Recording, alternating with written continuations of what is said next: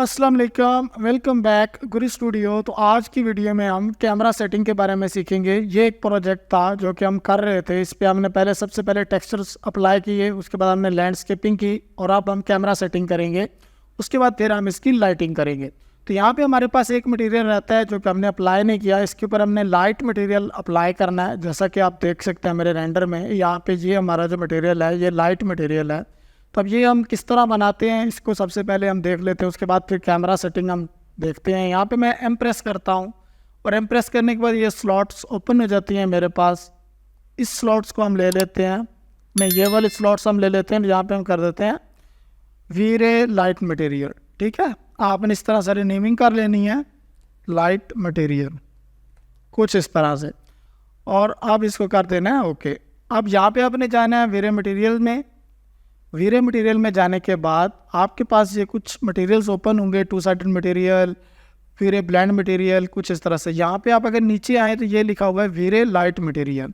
आपने इसको सेलेक्ट कर लेना है और ये हमारा जो है वो वीरे लाइट मटेरियल ऑटोमेटिकली बन जाएगा। और अब हम इस सब्जेक्ट को सेलेक्ट करेंगे और यहाँ से इसके जो है वो अप्लाई कर देंगे। अप्लाई करने के बाद अब इसकी आ जाती है हमारे पास जो है वो कलर। अब कलर इसका हम चेंज कर सकते हैं। कलर यहाँ से आप हल्का सा वार्म कर दें कुछ इस तरह से।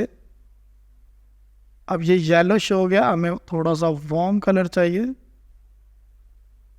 कुछ इस तरह से। ठीक है, और यहाँ पे अब इसकी वैल्यू को हम 250 कर देंगे ताकि थोड़ा सा जो इसकी वैल्यू है लाइट की वो ज़्यादा हो जाए। अब हमारे पास ये लाइट मटेरियल जो है इसके ऊपर अप्लाई हो चुका है। जब हम रेंडर लेंगे तो उसके वक्त हम इसका फाइनल रिजल्ट देखेंगे।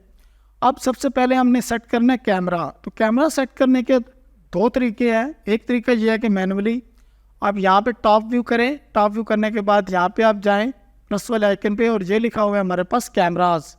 अपने कैमरास को ओपन करना है और यहाँ पे हम वीरे में वर्क कर रहे हैं तो हमें वीरे में चले जाना है। जैसे ही हम वीरे में जाएंगे तो यहाँ पे हमारे पास दो कैमरे हैं, वीरे डूम कैमरा और वीरे फिजिकल कैमरा। तो यहाँ से हमने लेना है वीरे फिजिकल कैमरा। वीरे फिजिकल कैमरा लेने के बाद हमने जस्ट यहाँ पे अप्लाई कर देना है कुछ इस तरह से। अप्लाई करने के बाद अब इसको अगर थोड़ा सा टेढ़ा तो हम, क्योंकि हमें स्ट्रेट व्यू चाहिए, ये व्यू हमने स्ट्रेट निकाला हुआ है तो हम स्ट्रेट कैमरा लगाएंगे यहाँ से कुछ इस तरह से। हम जो है वो अपना कैमरा सेटिंग करेंगे और अब Alt+W प्रेस करें। वो हमारे पास 4 व्यू पोर्ट्स होते हैं, वो ओपन हो जाएंगे और हमने प्रोस्पेक्टिव व्यू में जाके C प्रेस कर देना है। जैसे C प्रेस करेंगे हमारे कैमरे का जो सेटअप है वो हो चुका है। अब हम कैमरे को मज़ीद सेटअप कर लेते हैं और इसको मैं यहाँ से पकड़ता हूँ और हम थोड़ा सा आगे लेकर चलते हैं। अब हमारा कैमरा जो है वो काफ़ी डाउन है। लेफ़्ट साइड पे अगर हम देखेंगे तो ये देखें कैमरा बिल्कुल नीचे लगा हुआ है। हम इसको आई लेवल तक लेकर जाएंगे, अराउंड हम इसको लेकर जाएंगे 1.5 तक। ये अगर हम इसकी y की वैल्यू को बढ़ाएंगे 1.5 करेंगे तो ये कुछ इस तरह की वैल्यू सेट हो जाएगी हमारे पास। और अब ये मैं अच्छा व्यू दे रहा है, अच्छा व्यू लग रहा है। लेकिन अब हम मज़ीद इसको क्लोज करेंगे, कुछ यहाँ पे हम इसकी सेटिंग करेंगे। ये चीज़ इतनी सी हमें सेटिंग चाहिए क्योंकि हमें ज़्यादा व्यू नहीं चाहिए। हमने जस्ट अपने जो है वो रोड लेना है और साथ में कुछ थोड़ा सा सीन और क्रिएट करना है, बस इतना ही चाहिए हमें। थोड़ा सा हम पीछे कर लेंगे इसको, अपने सेटिंग को मैं, ये ठीक है, इतना ठीक है। अब या थोड़ा सा हम इसको ऊपर कर लेते हैं, यहाँ से आप पकड़ के भी इसको ऊपर कर सकते हैं और थोड़ा सा पीछे। कुछ इस तरह से आप अपने कैमरे को सेटअप कर सकते हैं अपने कैमरे का। इसके बाद हमें शिफ्ट F प्रेस करना है। जो ऑलरेडी शिफ्ट प्रेस F करेंगे तो हमें पता चलेगा कि हमारा रेंडर में कितना व्यू आएगा। तो रेंडर में हमारा ये इतना जस्ट व्यू आएगा। अब इसके बाद हम चाहेंगे अपना रेंडर सेटिंग में, यहाँ से आप F10 भी प्रेस कर सकते हो, इस आइकन पे भी जा सकते हो। इस आइकन पे हम प्रेस करेंगे और ये लिखा हुआ है हमारे पास आउटपुट साइज़, यानी हमें किस आउटपुट का रेंडर चाहिए। तो ऑलरेडी मैंने एक आउटपुट साइज़ किया हुआ है 2500 एंड 1500। तो आपने अपने कंप्यूटर के हिसाब से, अपने सिस्टम के हिसाब से इसकी सेटिंग करनी है। तो मेरे पास अच्छा कंप्यूटर है तो आपको मिनिमम जो है वो रेजोल्यूशन 2000 रखनी है, यानी 2000 से आपने कम नहीं रखनी, इससे रिज़ल्ट जो है वो बिल्कुल अच्छा नहीं निकलता। थोड़ा सा टाइम लेगा लेकिन उसके रिज़ल्ट अच्छा निकलेगा। तो अब इसको हम थोड़ा सा सेट कर लेते हैं कैमरे को। यहाँ पे हम जाते हैं और कैमरा पैरामीटर्स को देखते हैं। अच्छा, एक तरीका ये था कैमरा सेट करने का, इसको हम बाद में देखेंगे। दूसरा तरीक़ेकार ये है, यहाँ पे आप चले जाएं, इसको टॉप कर ले और RW प्रेस कर ले और इसको हम थोड़ा सा अपने हिसाब से एडजस्ट कर लेते हैं सेटिंग, कुछ इस तरह की। ठीक है, कुछ इस तरह की हम सेटिंग कर लेते हैं कि हमें यहाँ पे कैमरा सेट करना है, हम चाहते हैं कि हमारा कैमरा यहाँ पे सेट हो जाए। तो आपने जस्ट ये व्यू सेलेक्ट कर लिया और सेलेक्ट करने के बाद आपने चले जाना है वीरे फिजिकल कैमरा में, जो हमारे पास लेफ़्ट साइड पे आइकन में जो एक हमारे पास आइकन है, जो हमारा वीरे टूल बार में आइकन है कैमरा वीरे फिजिकल कैमरा, इसमें आपने जैसे ही ओके करना है तो ये हमारा कैमरा आप देखें नहीं सही लगा। इसको हम पर्सपेक्टिव व्यू करेंगे, पी प्रेस करेंगे टॉप और इसको हम पी प्रेस कर लेंगे और अब इसकी हम थोड़ी सी सेटिंग करेंगे अपने हिसाब से। ये जैसे ही हम सेटिंग करेंगे, अब हमें यहाँ पे कैमरा सेट करना है अपना।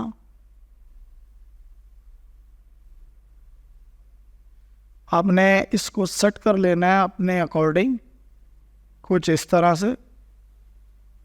और अब यहाँ पे मुझे ये कैमरा सेटिंग चाहिए कुछ इस तरह से, जस्ट मैं इसको यहाँ पे सेट कर लूँगा और आप वीरे टूल में, जो हमारे पास वीरे टूल्स है, इसमें जाएंगे और यहाँ पे मैंने मिलेगा वीरे फिजिकल कैमरा, तो ये ऑटोमेटिकली अपने आप को उस व्यू में सेट कर लेगा। अब हमारा व्यू जो है वो इसमें सेट हो चुका है, हमारा कैमरा जो है वो सेट हो चुका है। अब सी प्रेस करेंगे तो हमारा कैमरा ऑलरेडी सेट है। ठीक है, अब ये कैमरा हमारा लगा हुआ है जो कि हमें नज़र आ रहा है कुछ इस व्यू में। अब इसको हम थोड़ा सा आगे प्रेस कर लेते हैं, हमें यहाँ तक चाहिए और इसको हम टारगेट को पकड़ के थोड़ा सा ऊपर ले लेते हैं और इसको थोड़ा सा पीछे, कुछ इस तरह से। अब ये कैमरा हमारा तो सेट हो चुका है, लेकिन प्रॉब्लम ये है कि अब हमारा जो ऑब्जेक्ट है वो टिल्ट है। अब हम सेटिंग में चलते हैं, यहाँ पे हम देखते हैं कि ये हमारा कैमरा सेटिंग है। आपने जस्ट मेरे फिजिकल कैमरा ओपन करना है, यहाँ पे आपको सेटिंग मिलेगी। ये आपका टारगेट डिस्टेंस है, उसके बाद फोकस डिस्टेंस है जिसको हम बाय डिफ़ॉल्ट ही रहने देंगे। मैं तो बाय डिफ़ॉल्ट ही रहने देता हूँ, जस्ट मैं 2-3 चेंजेस करता हूँ और उससे मेरा रिज़ल्ट तो अच्छा आता है, लेकिन मैं आपको ये सारी चीज़ें समझाऊंगा किस तरह होती हैं। इसके बाद है फील्ड ऑफ व्यू, जो कि हमें इस पर ज़्यादा तवज्जो देते हैं। इससे हम अपने व्यू को जूम इन जूम आउट कर सकते हैं और मैं इसको तकरीबन यहाँ पे रहने देता हूँ, इट्स ओके।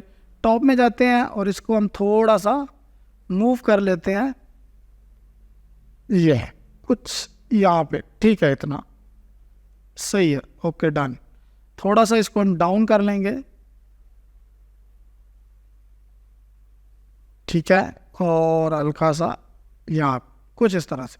अब हम कैमरा सेलेक्ट करेंगे और यहाँ पे हमारे पास फील्ड ऑफ व्यू आ गया। उसके बाद फिल्म गेट है, फिल्म गेट जो है उससे भी हमारा कैमरे का जो फोकस पॉइंट है वो इन आउट होता है। ठीक है, आपने फिल्म गेट 50 तक मैं रखता हूँ, यहाँ पे इनफ है। इसके बाद आ जाता है हमारे पास फिल्म स्पीड, यानी अपर्चर में फिल्म स्पीड 100। इसका सारा कंसर्न होता है लाइटिंग के ऊपर। जब हम लाइटिंग करेंगे तो इस चीज़ को हम देखेंगे, अगर हम 200 करते हैं तो हमारा लाइट पे क्या इफेक्ट पड़ता है, अगर एफ नंबर को हम ज़्यादा या कम करता है तो उससे हमारे लाइटिंग के ऊपर क्या इफेक्ट पड़ता है। शटर स्पीड का भी सिर्फ लाइटिंग से ही हमारा कंसर्न होता है, यानी शटर स्पीड अगर 200 या 100 या अगर 300 करते हैं तो उससे हमारी लाइट कम या ज़्यादा होती है। इसके बाद आ जाता है नीचे हमारे पास डेप्थ ऑफ फील्ड है और मोशन ब्लर है। तो डेप्थ ऑफ फील्ड अब हमें यूज़ नहीं कर रहा है, वो एक अलग टॉपिक है, उसके बारे में हम डिटेल में सीखेंगे।